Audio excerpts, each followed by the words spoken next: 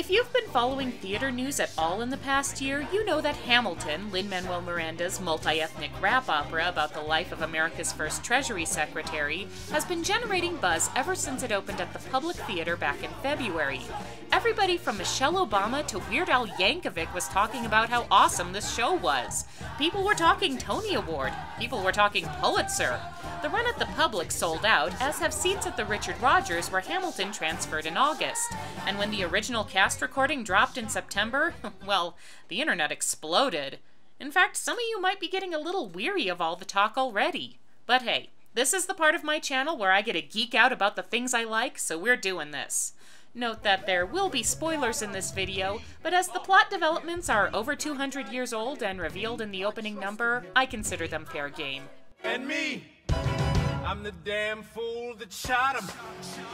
Yeah, consider this your incentive to go out and listen to the Spotify playlist already. So how did a biomusical about a guy most people only know as that dude on the $10 bill make such a huge impact? The aspect of Hamilton most often brought up, its use of hip-hop in a story about colonial America, is, well, interesting, not necessarily innovative. The sound of music theater has always, to various extents, been tied to the sound of popular music, from the Tin Pan Alley days of Irving Berlin and Cole Porter to the rock modes of Hair and Rent to the power pop ballads of Andrew Lloyd Webber and Claude Michel Schoenberg. Even rap-dominant musicals aren't entirely unheard of, with the short-lived Tupac Shakur show Holler If You Hear Me and Miranda's own In the Heights. Using current music to add relevance to period settings is also an established device, in shows like Jesus Christ Superstar and Spring Awakening. Hamilton is something even rarer than all this.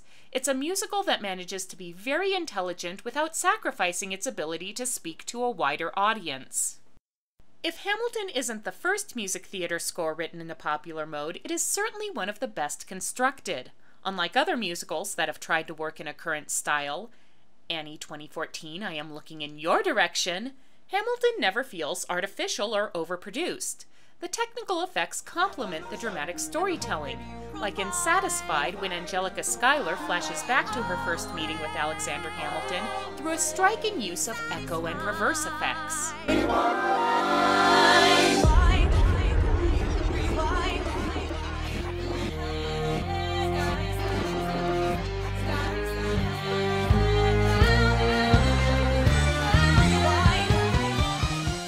Lin-Manuel Miranda's writing displays near Sondheim levels of character and dramatic development. The leitmotifs for each character not only define and describe them musically, but demonstrate how the characters relate to each other.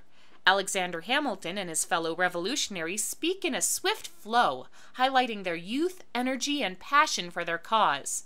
One of my favorite examples is in Farmer Refuted, in which Hamilton shuts down the arguments of a British loyalist by literally talking circles around him, allowing Miranda to make brilliant use of consonants.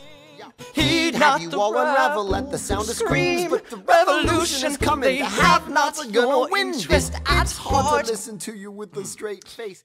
Aaron Burr's motifs, meanwhile, are smoother and more fluid, which not only fit his opportunistic personality, but emphasize his differences with Hamilton, which contribute to their increasingly volatile relationship. And speaking of volatile differences, Thomas Jefferson is introduced with an old-fashioned boogie-woogie number, an instant contrast from Hamilton's urban sounds. This